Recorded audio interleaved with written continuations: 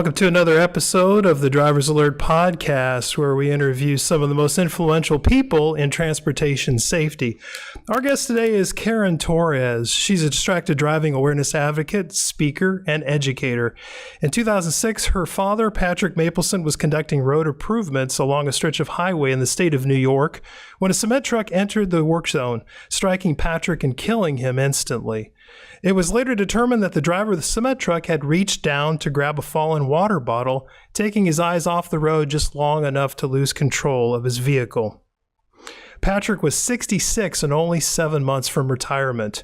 So Karen has now turned her personal tragedy into a learning tool by starting All4UDad. It's a program designed to raise awareness about distracted driving.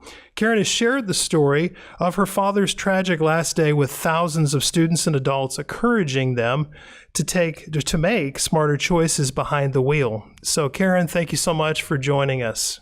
Oh, no, thank you so much for having me, Rich. I really appreciate it.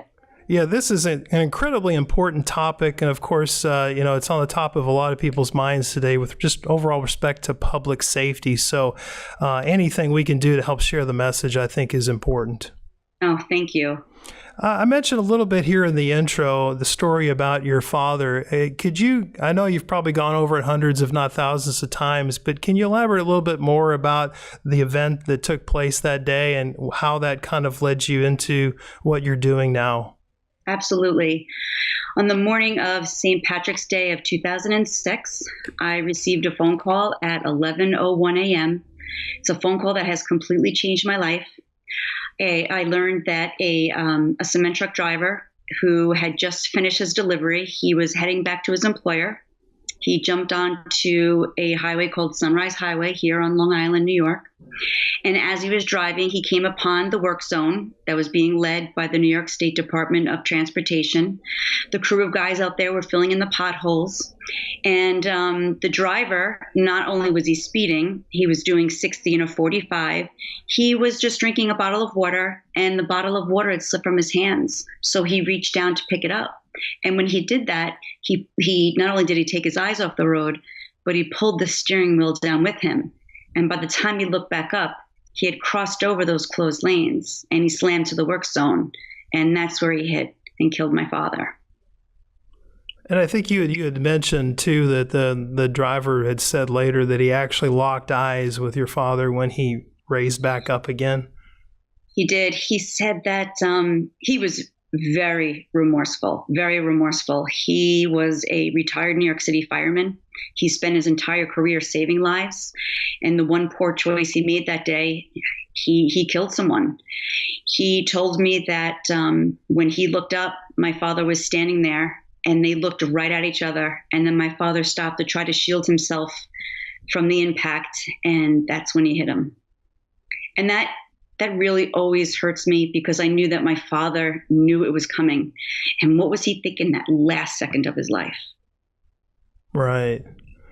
And so you shared with us a short video. I think it's a public service announcement that was produced for the New York Department of Transportation. Is that correct? Yes.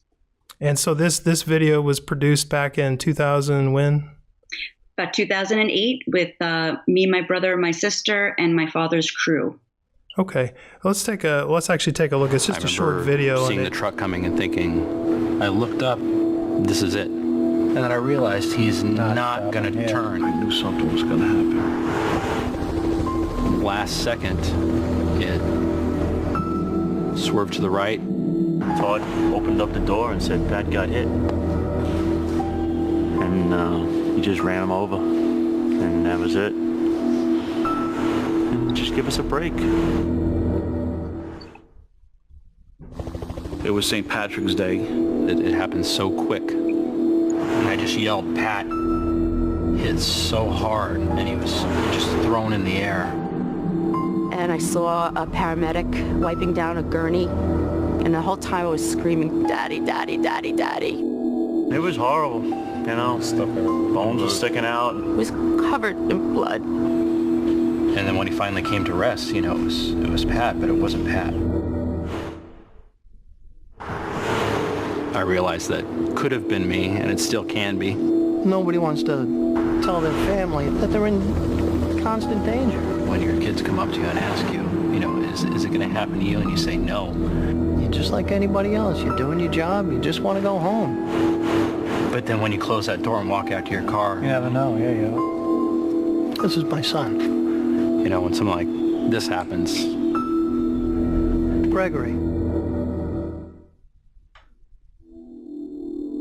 Every day, as soon as I get in my car, it's the first thing I think of. I think about him every day. My father was killed because of somebody's careless mistake. The last thing he said to me was, I'll see you Sunday, sweetheart. And what's really hard is that Sunday, where I saw him, was in his coffin.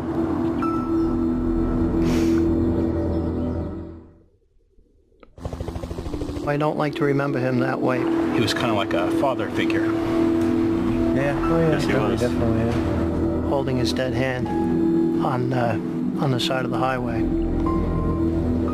looked at Pat and I realized How much I love him. And I never got to see him again. I miss you every day, Pops. This is how he loses his life. Yeah, that's definitely powerful. Now, where is that clip played? Has it been used in certain channels? Yes, when it first came out, it had aired all across New York State. And I share it during every presentation, of course, that I have. And, I haven't watched it in a while because I haven't spoken in the last couple of months. And that, my dad's birthday was just the day before the crash. He was actually named after St. Patrick, and he had just turned 66. And like you had said earlier, he was 7 months from retirement. And it just breaks my heart. He was supposed to come over that Sunday for dinner. And I spoke to him just that night, just the night before, making plans for him to come over. And, the next day, you just never know that 14 hours later, he's gone. Right. It's just devastating. So I can imagine a long period of grieving and trying to cope with it. At what point did you start thinking that you were going to try to turn this into a positive? You know what, Rich? I was always one of those people who hated public speaking, hated it. But it was probably about 3 years after the crash that I just got this burning desire that I needed to share his story. There were people that were coming over to me saying, wow, since I knew about your dad, I always slow down in work zones. And I'm like, wow, really? You think about my dad? And I'm like, wow, well, if they're doing that, what if I start sharing other things? And distracted driving really wasn't big back then. Texting really wasn't big back then. But of course, as the years have gone on, distracted driving it's such a deadly epidemic, So I decided to start speaking, and I started with driver's ed classes. And eventually I started speaking during high school assemblies, and which I do mostly now. I would say probably 85% of my audience is juniors and seniors in high school.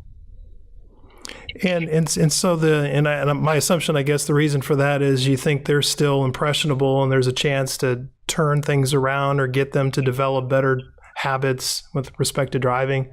Exactly. And that's exactly what I say in the beginning of every presentation, that I am here to really scare you and really to scare you enough to save your life. And this is the time as new drivers when you are going to pick up those good habits and bad habits of driving. And that I only can hope that after my presentation, you're more aware of the bad habits and the consequences that can happen if they choose to do so. It's not just about texting and driving. It's not. And I think that's why I make such an impression or an impact on them, that my story is different. It's someone took their eyes off the road to pick up a water bottle.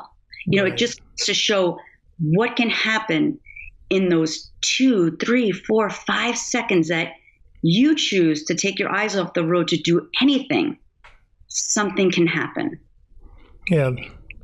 And I think that's where I really, truly make their connection, because they're like, oh my gosh, this lady, or I like to say young woman, this can happen to her and her father. What can happen if I am going to pick up my phone and text for 5 seconds? 5 seconds of kindness.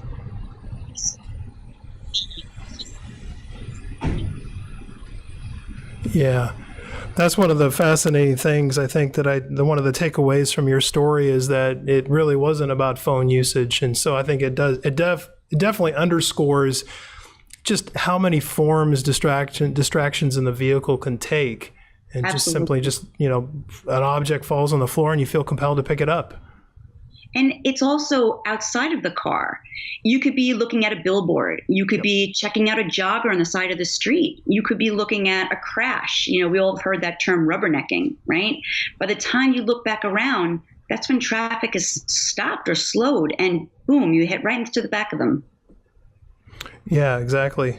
In fact, that reminds me, I think there was a case in Michigan, I think off the top of my head, it was Michigan or Minnesota recently, where somebody just got a sentence of something like 7 to 14 years in prison because he killed a mother and her 5-year-old daughter. And the same thing happened. Didn't notice that there was a bottleneck in the traffic on the highway, and he just ran right into the back of them. 78 miles an hour, I believe it was. Didn't even apply the brakes. Yeah.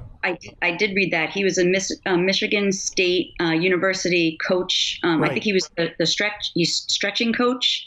Strength coach, yeah. Yeah, strength coach, I'm sorry. And they said that within the last hour, he had 23 text messages. He shared a video. He was doing emojis, and he was also looking up links to bars in the area. Yeah. And how do you justify that? This crash was 100% preventable, and most crashes are. Yeah. 100%. My dad was 100% preventable. He should have been here. He should be here. Now, the All4UDad presentation, I think, is around 45 minutes. Is that correct? Yes. When I do high schools, because their bell schedule, I usually try to keep it to 45 minutes. If I speak at a company or a driver's ed class, I usually get about an hour, so I can stretch it a little bit longer. And you mentioned, I think you said 85% of the target audience is usually the teenage group. How do you, I think we can characterize it probably conservatively by saying the attention span in this technology addicted group is probably very short. So how do you get through to that audience to get them to realize that, hey, this is not another opportunity to just sit there and sleep? That's right. This is important. When I segue my dad's story in probably maybe 10 minutes into my presentation, once they know that cement truck that I share, that it was my dad, they don't take their eyes off me. The silence in the room, you can hear a pin drop. And then I start showing a whole series of videos, little snippets, or I share other advocate stories, and I show their children or their parent that was killed. I can't explain it. It's like they just pay attention. I had one student come over to me at the end and said, "Wow, I have ADHD, and this is the first presentation that I actually paid attention to." I thought that was great. I have here, I took a look at some of the notes that I wrote down from your website. You apparently, I think in 2013, you joined the New York Governor Cuomo during a no texting while driving press conference. Is that correct? Yes, that was fantastic. He designated texting stops along New York State highways. So there's specific stops for just texting. So there's no restrooms and stuff or vending machines. It was fantastic. So he rolled out a new program where they had special trucks that they used that were actually higher up so that the state troopers could see if somebody was using their mobile device while driving, and they were able to catch them. So I was asked to speak there. It was great. I mean, you've racked up a long list here of involvement. I mean, other organizations, I think we mentioned the National Safety Council, New York Governor's Traffic Safety Committee, and New York Department of Transportation. You've delivered several keynote addresses. You've been publicly recognized for a lot of your work in this field. But, so not that that's not enough, but in addition to your work with All4UDad, is there anything else that you have on the horizon that you're working on maybe to get the message out, or has this been keeping you busy enough? Well, with the upcoming school year, I'll be very busy. So this is really what really keeps me busy. I'll do a lot of social media posts of where I am, or post something like you had said before about the gentleman that was just sentenced to 7 to 15 years in prison. That's something that I would post and say, is it really worth it? Because really, if you really look at your phone and whatever you're going to do or about to do, or you go to look at it, is it really, truly worth it? There's so many advocates that I know, and their stories are just, they're heartbreaking. And it's their children, and nobody wants that empty chair at the kitchen table, especially something that is so preventable. Every morning I go into the office, I always Google distracted driving. I'm looking for the latest news stories, and unfortunately there's always something. And so I'm just wondering, looking for some of the positive side of this, given all the work that you're doing. Anecdotally, have you seen anything where you can share with us maybe a story or two where you can say, yeah, there's really something happening here, we're making a difference? I really, truly hope that I am making a difference.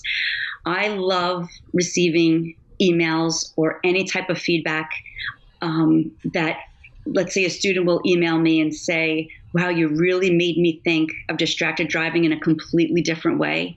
I promise never to use my phone. Parents sometimes will email me and say, wow, my kids never talk about school, and they came home raving about your presentation. What did you do? But whatever you did, thank you.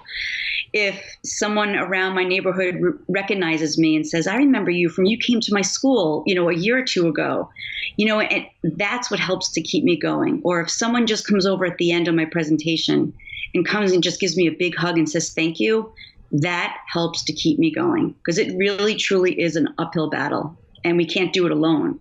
It can't just be education. It's so many other parts to it. Sure. I mean, you're definitely doing your job, I guess, and more so raising awareness, I guess, at the grassroots level. And I've heard, three angles that generally people talk about as the answer to this, if there is one. One is technology. There's still lots of, I think, uproar about why the cell carriers and cell phone manufacturers haven't done more to, we assume that technology is already available, and some companies are already trying to implement it where you simply disable the phone when a vehicle is in movement. Yeah. And then you have the social side of it where you try to embarrass people or call them out for doing it. And then you have, of course, the legal side of it, where I know most states, we're in Florida, so we still, believe it or not, don't have a primary distracted driving law offense on the books. It's hard to believe. But most states have a law, and I think they're increasing, the strictness of those rules, making those fines, I think, a little bit more powerful. But do you think, is it a combination of all three? What is it going to take to really make a dent in this? My friend Ben Lieberman said it best. He said, Karen, think of a bar stool. A bar stool has 3 legs. And each one of them serves its purpose. If you took one of those legs away, the stool couldn't stand alone, right? You need all 3 legs to stand up straight. And I think that no one can do this alone. You need stricter laws. You need a lot of education. And we need to create a social stigma where it's not acceptable to use your phone when you're driving, just like drunk driving, just like seatbelts. You always get in the car and you put your seatbelt on. We all know that it's not acceptable to drive when you're drinking, or you're driving when you're high. And this is the next epidemic that we need to conquer. And we need all 3 legs to do it. Right. We're getting close here to probably needing to wrap up. But in terms of, anything else you'd like to add, things you'd like to share with us, what you might be doing? Even though my presentation is, like I said before, that I do mostly speak to students, it really is so important to speak to adults too. And I am just starting to do that. I am starting to speak at companies. I'm available to speak at any organization.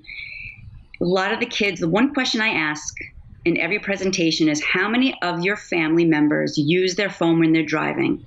And what's really scary is that every single kid raises their hand. And then I ask, are you scared when they do that?